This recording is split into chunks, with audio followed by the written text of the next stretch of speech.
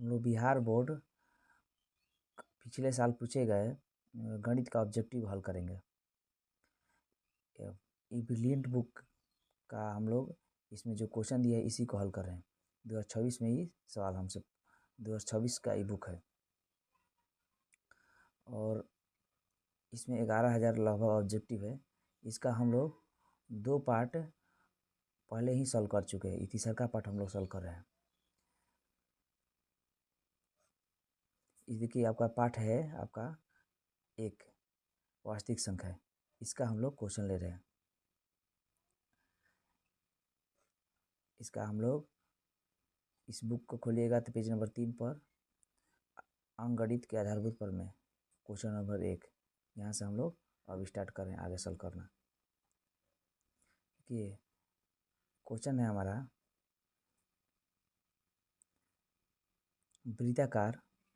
वृत्ताकार पथ पर 3 धावक एक ही स्थान से दौड़ना प्रारंभ करते हैं तो एक चक्कर लगाने में क्रमशः 3 घंटे, 4 घंटे और 8 घंटे समय लगते हैं। तो तीनों को प्रस्थान बिंदु पर पुनः मिलने में लगा समय होगा। देखिए 2014 में सवाल पूछा है बिहार बोर्ड में। 2014 में सवाल हम लोग से पूछा है।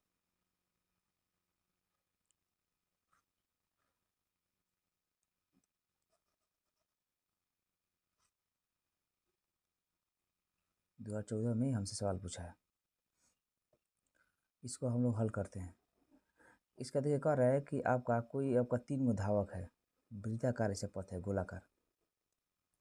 इसे तीनों यहाँ से दौड़ना स्टार्ट करते हैं, लेकिन पहलका को एक चक्कर लगाने में 3 घंटा लगता है, दूसरका को 4 घंटे और तीसरका के 8 घंटे। अगर मान लें कि एक साथ तीनों दौड़ेंगे तो पहलका चक्कर में तीनों एक साथ नहीं मिलेंगे, क्योंकि 3 घंटा पूरा कर लेगा, इसके बाद में पूरा करेगा चाहे जो 4 घंटा पूरा करता है, उसके बाद में पूरा करेगा जो 8 घंटा पूरा करता है। लेकिन कब ऐसा समय आएगा कि तीनों ही दौड़ते रहेगा, चक्कर लगाते रहेगा और तीनों एक ही बिंदु पर मिल जाए। तो उस समय ज्ञात करने के लिए इसमें जो भी दिया है उसका हम लोग एलसीएम निकाल लेंगे। जैसे कि यहाँ पर दिया है हमारा 3, 4 और 8। इसका एलसीएम निकालते हैं। 2 से लीजिए तब 3, 2, 4, फिर 2 से ले लेते हैं 3, 2, 1। एलसीएम बराबर हो जाएगा 2 गुने 2 गुने 3 गुने 2, 2 4, 4 12 और 2 24। यानी कि हम लोगों का 24 घंटे बाद ये तीनों धावक एक जगह पर पूरा मिलेंगे, एक बिंदु पर। यहाँ पर चक्कर लगाते रहेंगे तो 24 घंटे बाद एक जगह मिलेंगे। ऑप्शन हो जाएगा डी इसका।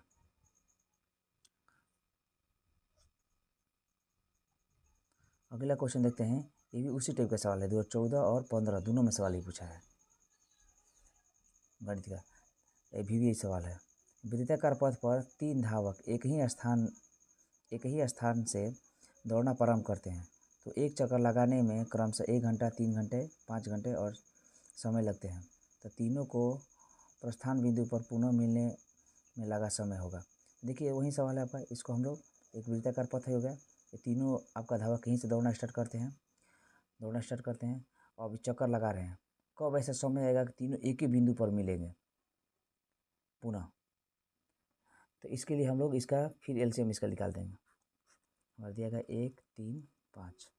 देखिए यहाँ पर कोई आपका कॉमन नहीं है, कोई इसमें काट नहीं सकता, कोई संख्या नहीं ले सकते हैं, सब अलग अलग है सब। अब इसका गुना ही हमारा एलसीएम हो जाएगा। 1 गुने 3 गुने 5, 3 5 15।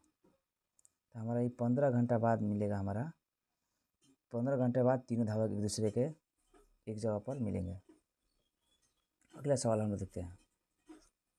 अगला सवाल दिया है हमारा 64 के वर्गमूल को 64 के घनमूल से भाग देने का मान होगा। तो देखिए 2018 में ये आपका सवाल पूछा गया है बिहार बोर्ड में। तो ये आपका 64 का वर्गमूल निकालते हैं। तो 64 का वर्गमूल निकालेंगे तो यानी कि 8 गुने 8, इसका वर्गमूल हो जाएगा 8। 64 का घनमूल निकालते हैं। इसका हम लोग घनमूल निकालेंगे तो आपका हो जाएगा 4 गुने 4 गुने 4। देखिए घनमूल में 3 गो का समूह बनना चाहिए। 3 को में से 1 निकल जाता है, मैंने 4। तो यह वर्गमूल हो गया 8, घनमूल हो गया 4। बोला गया है वर्गमूल को घनमूल से भाग देने पर, तो यहाँ पर वर्गमूल है 8, हम लोग भाग करेंगे यहाँ पर 8 में भाग कर देंगे हम लोग 4 से, तो आ जाएगा हमारा 2, यानी कि 2 आंसर हो जाएगा हमारा ऑप्शन बी। अगला सवाल देखते हैं हम लोग। अगला सवाल दिया है हमारा 6x⁴y तथा 12xy का महत्तम समवर्तक ज्ञात कीजिए। देखिए इसका मौसा ज्ञात करने के लिए इसका पहले हम लोग गुणनखंड करते हैं, गुणनखंड भी समस्या ज्ञात करते हैं हम लोग इसका। जैसे कि यहाँ पर दिया गया हमारा 6x⁴y, इसे गुणनखंड करेंगे तो हमारा हो जाएगा 6 गुने x गुने x गुने x गुने और x, 4 को घाते 4, इसको कर लिए हम लोग, फिर गुने y। इसका देखिए फिर 12xy को हम लोग गुणनखंड करते हैं, इसको 6 गुने 2 ले लेते हैं, ठीक है, ताकि 6 कॉमन हो जाएगा आराम से, और x गुने y। देखिए 6 दोनों में उभयनिष्ठ है, क्या है हमारा 6 दोनों में उभयनिष्ठ है, और हमारा x भी यहाँ पर दोनों में उभयनिष्ठ है, फिर y भी दोनों में उभयनिष्ठ है। यही हमारा उभयनिष्ठ ही हमारा ACF हो जाएगा। ACF बराबर हो जाएगा 6 गुने x गुने y, यानी हो जाएगा 6xy। ऑप्शन नंबर कौन दिया है, डी। ये 2018 में सवाल पूछा था। अगला सवाल देखते हैं हम लोग। अगला सवाल देखते हैं 5 नंबर। दो संख्याओं का लघुत्तम समवर्तक इनके महत्तम समवर्तक का 14 गुना है। इनके लसा और मसा का जोड़ 600 है। एक संख्या 280 है तो दूसरी संख्या हो गई। ये 2018 में आपका सवाल पूछा गया है। तो यहाँ पर बोला गया है हमारा कि महत्तम समवर्तक का 14 गुना लघुत्तम समवर्तक है, यानी कि मसा बराबर है मसा, हम लोग मसा का 14 गुना है लसा। तो मान लेंगे हम लोग माना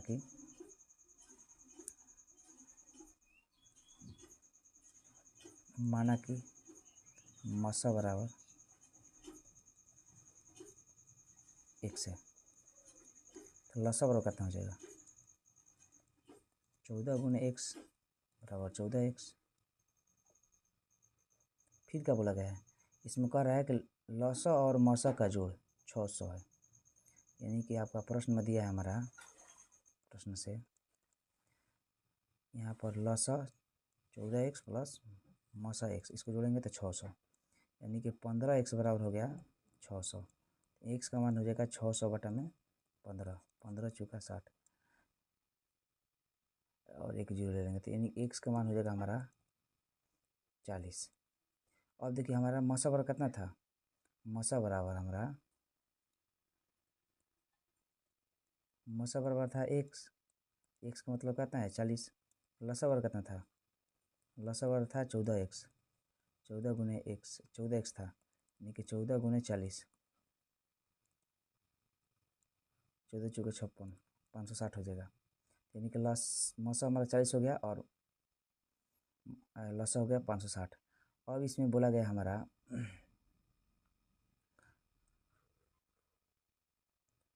इसमें बोला गया है कि एक संख्या 280 है तो दूसरी संख्या ज्ञात कीजिए। तो देखिए दो संख्या गुणनफल फार्मूला होता है हमारा, दो संख्या गुणनफल बराबर हमारा यहाँ पर दो संख्याओं का गुणनफल बराबर होता है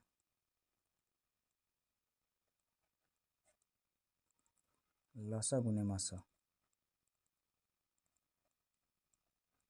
तो देखिए दो संख्या क्या है, एक संख्या दिया है हमारा 280 और दूसरी संख्या हमारा ज्ञात करना है, तो दूसरी संख्या लिख लेते हैं। दूसरी संख्या लसा गुने मसा, तो लसा का जगह पाया है 560 और मसा का जगह पाया है 40, तो दूसरी संख्या बराबर हो जाएगा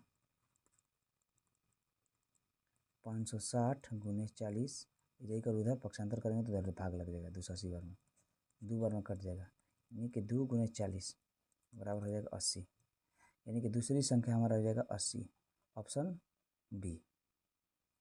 अगला सवाल देखते हैं हम लोग। कह रहा है कि सबसे छोटी पूर्ण वर्ग संख्या जो 16, 20 और 24 प्रत्येक से भाज्य हो वह है। देखिए तो इसके एलसीएम निकालते हैं इसमें। तो यहाँ पर जो दिया गया है वही हमारा आंसर है, एलसीएम इसका निकालेंगे। तो यहाँ पर दिया गया हमारा 16, 20 और 24, 2 से कट, यहाँ पर 8, 10, 12, 4, 5, 6, 2 से ले जाएंगे तो आपका 2, 5, 3। अब देखिए नहीं कटेगा, कोई संख्या नहीं जो सब 2 कम से कम काटते, तो यहाँ इसका एलसीएम ले लेंगे। एलसीएम बराबर हो जाएगा 2 गुने 2 गुने 2, 2 गुने 5 गुने 3, 2 दूनी 4, 4 दूनी 8, 8 दूनी 16, 16 85, 80 से 3 कम 240। तो हमारा ऑप्शन हो जाएगा ए। ये सवाल पूछा है 2018 में, सब भी यही सवाल है, जब पीछे पूछे हुए सवाल है। अगला सवाल देखते हैं हम लोग।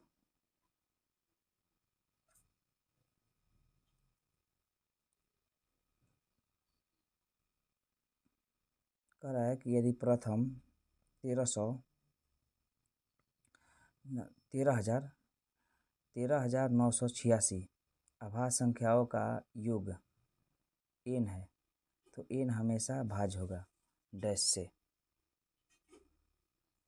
इसका हम लोग हल करते हैं।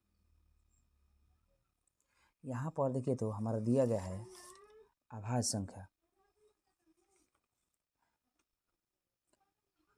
आभाज्य संख्या लेते हैं।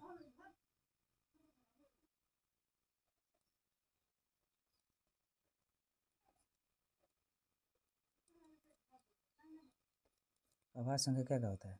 2, 3, 5, 7, 11 डॉट डॉट डॉट, मानी कोई सी संख्या जो खुद से कटे उसको हम लोग आभाज्य संख्या कहते हैं।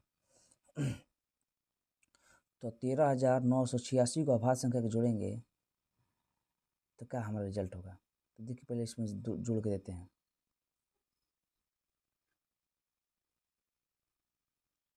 2 का आभाज्य संख्या जोड़ते हैं शुरुआत के, 2 + 3 कितना रहे 5, यह रहा विषम संख्या। अगर मान लीजिए कि हम लोग 3 को जोड़ते हैं लगातार, 2, 3 + 5 तो 10, यह रहा हमारा सम संख्या। फिर इसके बाद फिर हम लोग यहाँ पर 4 को जोड़ते हैं, 2 + 3 + 5 + 7, यानी कि 5, 10, 17 हो जाएगा। फिर विषम संख्या हमको मिल गया। फिर अब कहते हैं 2 + 3 + 5 + 7 प्लस, इसके बाद लेते हैं हम लोग विषम 11, इसको जोड़ेंगे तो 28, फिर हमारा सम संख्या मिल गया।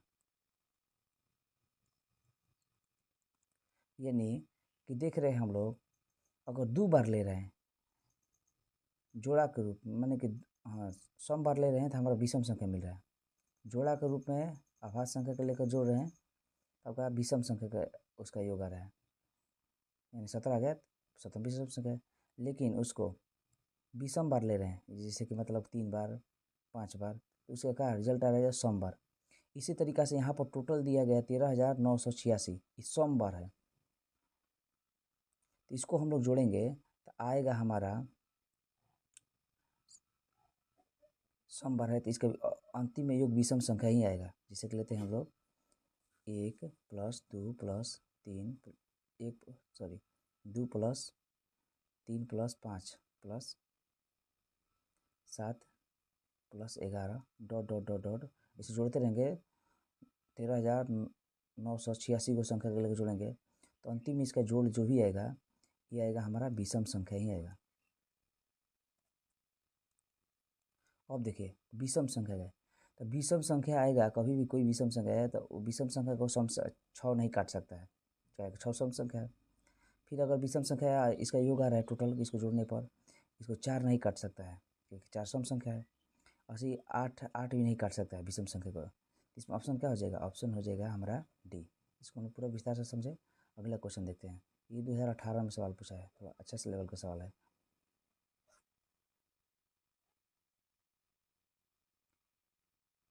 कह रहा है 625 के अभाज्य गुणनखंड में 5 का अधिकतम घातांक क्या है?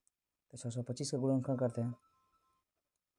अब ले जाएंगे 5 से 125, फिर 5 से करेंगे आपका 25, फिर 5 से करेंगे 5, यानी कि 625 का गुणनखंड हो जाएगा 5 गुने 5 गुने 5 गुने 5, यानी कि इसको लिख सकते 5 की घात 4। कितना हो सकता है अधिकतम घात? 5 का अधिकतम घात हो सकता है 4, 5 का अधिकतम घात 4। ये अब अगला सवाल हम देखते हैं।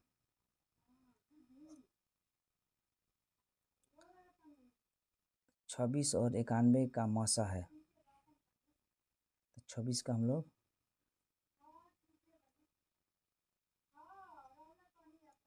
26 से 91 में ले जाएंगे, यानी कि हो जाएगा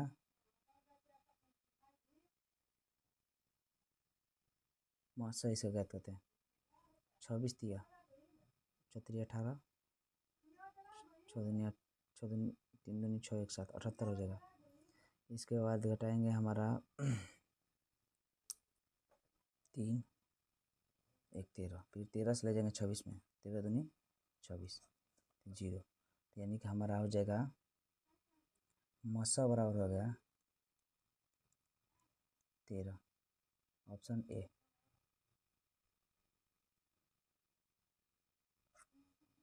अगला सवाल देखिए, सबसे छोटी अभाज्य और सबसे छोटी भाज्य संख्या का गुणनफल होगा। तो सबसे छोटी अभाज्य संख्या हमारा होता है 2, और सबसे छोटी भाज्य संख्या होता है 4। इसको गुना करेंगे तो हमारा हो जाएगा गुणनफल 4 दूनी 8, तो ऑप्शन हो जाएगा सी। 2019 में सवाल पूछा गया।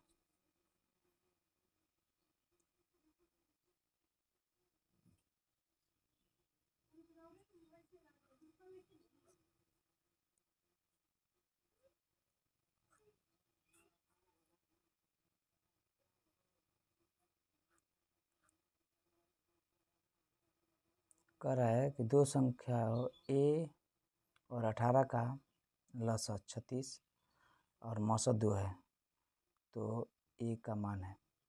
तो देखिए दो संख्या गुणनफल बराबर होता है, हमारा फार्मूला है, याद होना चाहिए आप लोग को।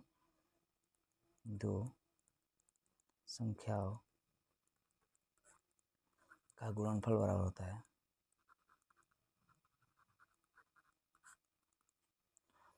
लसा गुने मसा।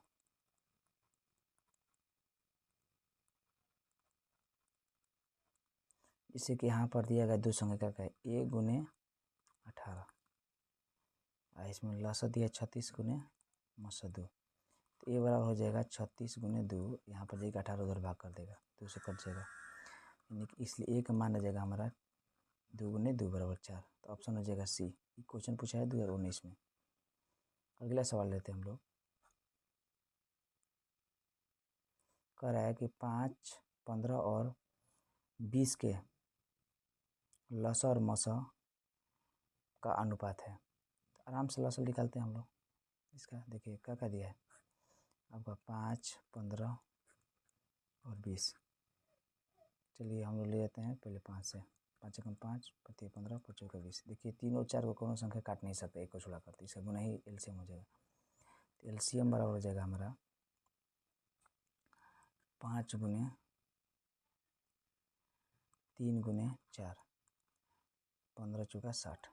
इसका मौसा ज्ञात करते हैं। 5 से हम लोग करते हैं पहले 15 में, तो प्रति 15 इस पर 0 हो गया, तो मौसा कितना आ गया हमारा? मौसा आ गया हमारा 5। इस 5वां को फिर भाग करें किस में, जो बच गया 20 में, 5 चौका 20, इस पर फिर 0 हो गया, तो मौसा बराबर हमारा आ गया एसी बराबर, इनका मौसा बराबर आ गया हमारा 5। बोला गया है कि अनुपात कीजिए लसा और मौसा के। तो लसा बराबर दिया है 60 और मौसा बराबर दिया है 5, तो अनुपात बराबर हो जाएगा, हम लोग भाग करेंगे 60 में भाग कर देंगे आपका 5 से, बच जाएगा 12 वर्ग में, यानी कि 12/1, यानी कि 12:1 हो जाएगा। ऑप्शन हो जाएगा डी। अगले सवाल देखते हैं हम लोग। ये सवाल 2019 में पूछा है।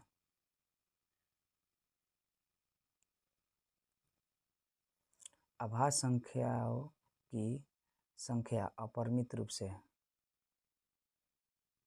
है, एगो है। अभाज्य संख्या कितना है? एगो बटे ना। अभाज्य संख्या 100 गो बटे, अभाज्य संख्या 0 होगा ना। अभाज्य संख्या अनेक है, 2 3 5 7 11 13 डॉट डॉट अनंत है। इसका ऑप्शन हो जाएगा सी हो जाएगा। ऑप्शन हमारा सी हो जाएगा।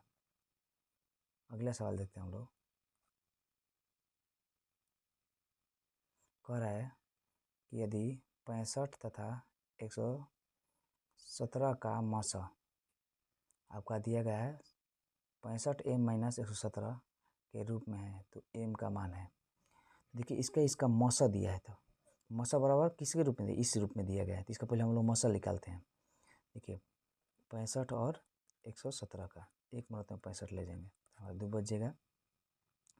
यहाँ पर 5 52 फिर आपका 52 से करेंगे हम लोग 65 में, एक मरत में 52 13, फिर 13 में भाग करेंगे 52 से, 13 चौका 52, हमारा शेषफल 0 हो गया। तो मौसा बराबर हमारा हो गया 13। मौसा बराबर कितना हो गया, मौसा बराबर हमारा आ गया 13। अब देखिए इसमें मौसा कितना दिया है, मौसा दिया है हमारा इस रूप में दिया गया है। अब मान कितना है 13, यानी कितना बराबर 65m - 117 बराबर हम लोग 13 ले लेंगे, क्योंकि मौसा कर रहा है कि मौसा है, तो हम लोग मौसा का मान निकल गया था, यानी कि इतना मौसा का मान दिया था, हम लोग मौसा बराबर 13 बराबर उतना ले लेंगे। पक्षांतर करते हैं, 65m बराबर हो जाएगा 13 में जाके उधर भाग लग जाएगा 117 में, जुड़ जाएगा, सॉरी पक्षांतर करेंगे तो, यानी कि 65m बराबर हो जाएगा 130। तो m का मान हो जाएगा, कटा देंगे, m का मान हो जाएगा 2। तो ऑप्शन हो जाएगा बी। ये 2020 में सवाल पूछा गया बिहार बोर्ड में। अगला सवाल हम लोग देखते हैं। कह रहा है कि 2 10 20 के लसा और मसा का अनुपात है। देखिए इसके पहले सवाल अभी देखे थे, ये भी एक क्वेश्चन है, इसको हम लोग सॉल्व करते करेंगे। देखिएगा जैसे कि दिएगा 2 10 20 का लसा और मसा का अनुपात। अब की बार हम लोग दूसरे तरीके से सॉल्व करते हैं। ठीक है, 2 10 और आपका 20, 2 से करेंगे तो आपका 1 हो जाएगा, यहाँ पर हो जाएगा 5, यहाँ पर हो जाएगा 10, फिर 5 से ले जाएंगे, जो आपका 1 हो जाएगा और हमारा 2। इसका मौसा इसी से हम निकालेंगे, लसा इसके तो लसा तो आप लोग जानते ही हैं, लसा एलसीएम बराबर हो जाएगा 2 गुने 5 गुने 2, यानी कि 5 दूनी 10, 10 दूनी 20। इसका लसा हो गया 20 हो गया।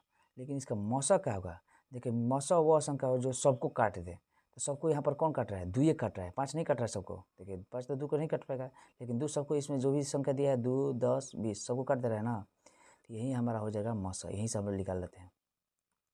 सी बराबर आ गया हमारा 2।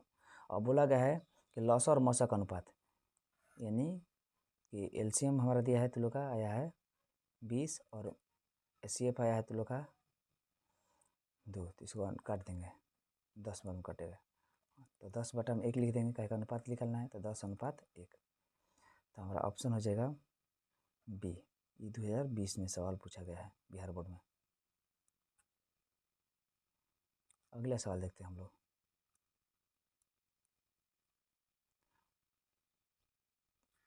कह रहा है हमारा कि सबसे छोटी भाज्य संख्या और सबसे छोटी अभाज्य संख्या का मौसा कितना होगा। देखिए सबसे छोटी भाज्य संख्या कौन है, 4 है। भाज्य संख्या उसे कहते हैं जो 2 या 2 से अधिक संख्या से कट जाए। तो देखिए आपका 4 है जो आपका 2 या 2 से अधिक संख्या से सबसे छोटा वही है जो कटेगा। 3 आपका खाली 1 और 3 से कटेगा, 4 है जो 1 से 2 से 3 से कटेगा। तो सबसे छोटी भाज्य संख्या हमारा हो गया 4। और सबसे छोटी अभाज्य संख्या क्या हो जाएगा आपका 2, यानी कि सबसे छोटी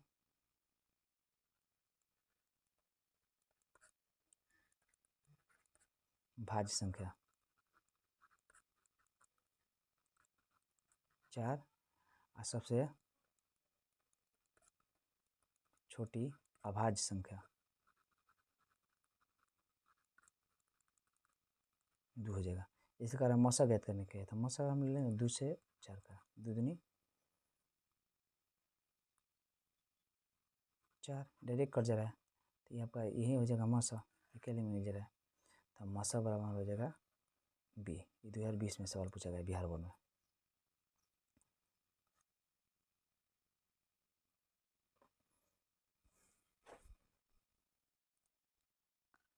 कह रहा है 5005 के कितने अभाज्य गुणनखंड है? इसका अभाज्य गुणनखंड निकालते हैं 5005 के। 5 लेते हैं 1001, फिर हम लेते हैं आपका 7 से, 7 दूनी 14, 3 बच गया, 7 चौक 28, फिर 2 बच गया, 2 1 21, 17 का 21, फिर देखिए 7 के बाद में हम लोग चले गए यहाँ पर 11 से लेते हैं, 11 दूनी 22, फिर 11 से लेगा 7 एकम 7, ना देखिए यहाँ पर बाबू 7 एकम 7 एक और में जाएगा, 7 एकम 7, 7 चौक 28, 17 21। अब देखिए 11 से लेते हैं, 1 मिनट में 11 हो जाएगा, फिर 3 11 33, यानी कि इसका अभाज्य गुणनखंड हो जाएगा 5 के 5 गुने 7 गुने 11 गुने 13। तो कौ है अभाज्य गुणनखंड? 1 2 3 4, ऑप्शन हो जाएगा हमारा बी, 4 का अभाज्य गुणनखंड इसका हो रहा है। ये अगला सवाल देखते हैं, ये देखिए 2020 में सवाल पूछेगा, ये भी यही सवाल है।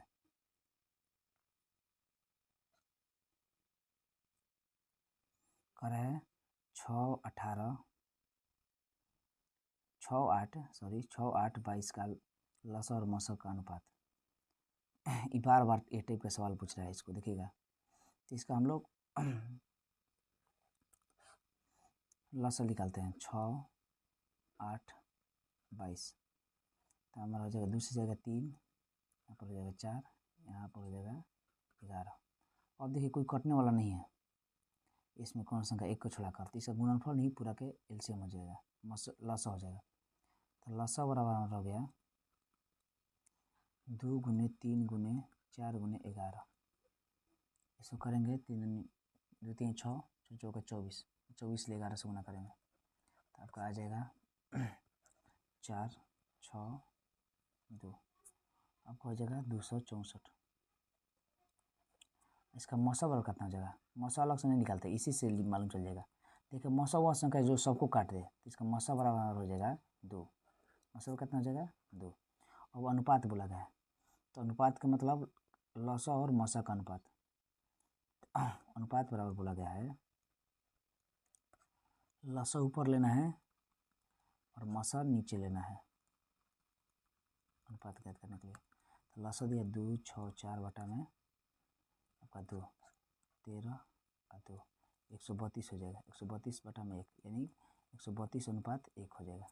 तो ऑप्शन हो जाएगा ए, ये 2020 में सवाल पूछा गया है। अगला सवाल देखते हैं।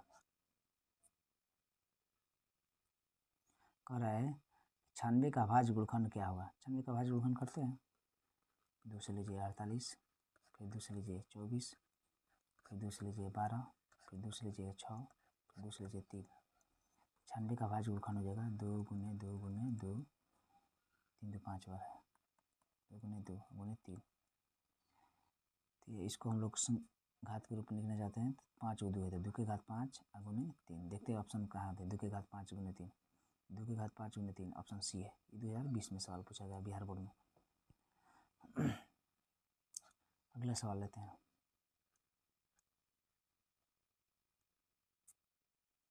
कह रहा है अगर x एक भाज्य संख्या है तो p1 p2 p3 dot pn के रूप में आपका गुणनखंडित किया जाए तो p1 p2 डॉट pn कैसी संख्या होगी? तो देखिए भाज्य संख्या, जैसे कि उदाहरण के तौर पर 12 ही लेते हैं। 12 हमारा भाज्य संख्या है, इसे गुणनखंड करते हैं।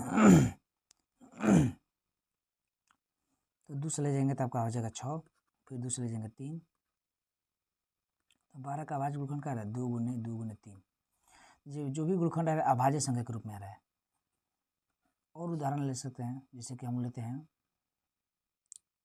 24, 2 से ले जाएंगे तो आपको 12, फिर 2 से ले जाएंगे तो 6, 2 से ले जाएंगे 3। तो ये सब जो भी आ रहा है अभाज्य संख्या है, इसका गुणनखंड जो भी आएगा हमारा अभाज्य संख्या का है। जैसे यहाँ पर 100 लेते हैं, 100 लीजिएगा तो यहाँ पर 2 से करेंगे तो हमारा हो जाएगा 50, फिर 2 से करेंगे तो हमारा हो जाएगा 25, फिर 5 से करेंगे तो 5 5, यानी कि 100 में अभी गुणनखंड देखिए 2 5 5 आ रहा है, ये भी अभाज्य संख्या आ रहा है।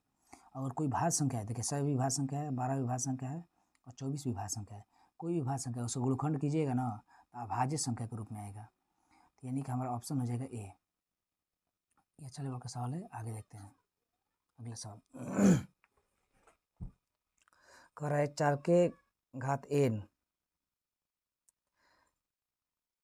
के शून्य पर समाप्त होने के लिए अभाज्य गुणनखंड में 2 के अलावे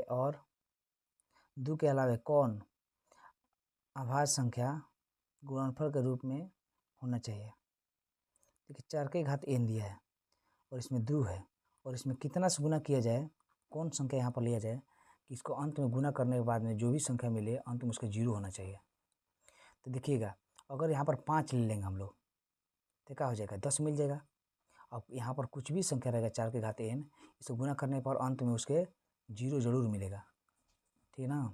इसीलिए हमारा यहाँ पर क्या लेना पड़ेगा 5 लेना पड़ेगा। तो ऑप्शन हो जाएगा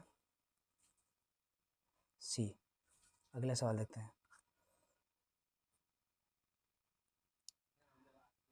यदि एक और बी अभाज्य संख्या है तो ए और बी का लसा है 3 गुने 4 हम लेते हैं 2 का अभाज्य संख्या लेते हैं 3 4।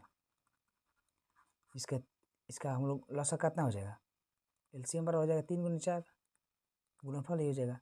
इसी तरीक़ा से ए बी सी 2 का अभाज्य संख्या है, इसका गुना ही एलसीएम हो जाएगा, जिससे कि ए गुने बी ही ए बी, इसका हो जाएगा एलसीएम। अगले सवाल देखते हैं हम लोग।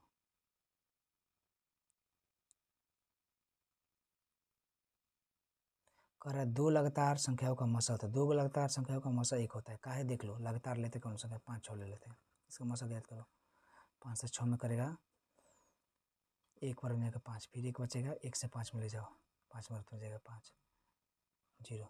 इसका कितना गया मसा हो गया 1। तो इसे याद रखना है, कोई भी लगातार 2 संख्या उसका मसा हमेशा का आएगा 1। ऐसे आप चेक भी कर सकते हैं। अगला सवाल देखते हैं। 2 संख्याओं का गुणनफल 2166 है एवं उनका मसा 19 है तो उनका लसा होगा। तो देखिए 2 संख्या का गुणनफल बराबर होता है हमारा फार्मूला, 2 संख्या का गुणनफल बराबर होता है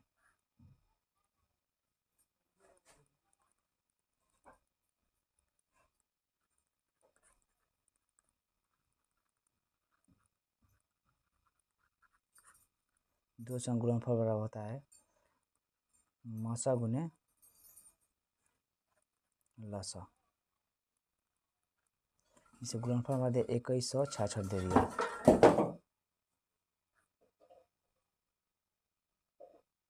मसा दिया 19 गुने लसा दिया तुम लोग का। तो हम लोग भाग करेंगे 2166 में, 19 ले इधर एक भाग हो जाएगा लसा निकालने के लिए। इसको कराते हैं हम लोग, 19 ले भाग करते हैं 2166 में, 1 मरत में 19 आपका बच गया 2 6, 1 मरत फिर 19 बच गया हमारा 9 7 16, फिर ऊपर रहेगा 6, 19 चौका 76, यहाँ पर 76 कट जाएगा। तो यहाँ पर ऑप्शन हो जाएगा, यहाँ पर कटेगा कितना 1 1 4, 114 ओवर में लसा, यानी कि हमारा ऑप्शन हो जाएगा सी। ये सवाल था 2021 में पूछा गया था। इसका सॉल्यूशन पीडीएफ लेने के लिए आप हमारे टेलीग्राम चैनल का ज्वाइन कर सकते हैं। टेलीग्राम चैनल का लिंक है डिस्क्रिप्शन में। और पूरा वीडियो देखने के लिए धन्यवाद। अगर अच्छा लगा हो तो चैनल को सब्सक्राइब करें, अपने दोस्तों के बीच में इस चैनल को शेयर करें, लिंक उनको भी बोले सब्सक्राइब करने के लिए। हम लोग ब्रिलियंट प्रकाशन के बुक का ऑब्जेक्टिव क्वेश्चन सॉल्व कर रहे हैं जो बिहार बोर्ड में पूछा गया है। वीडियो देखने के लिए धन्यवाद।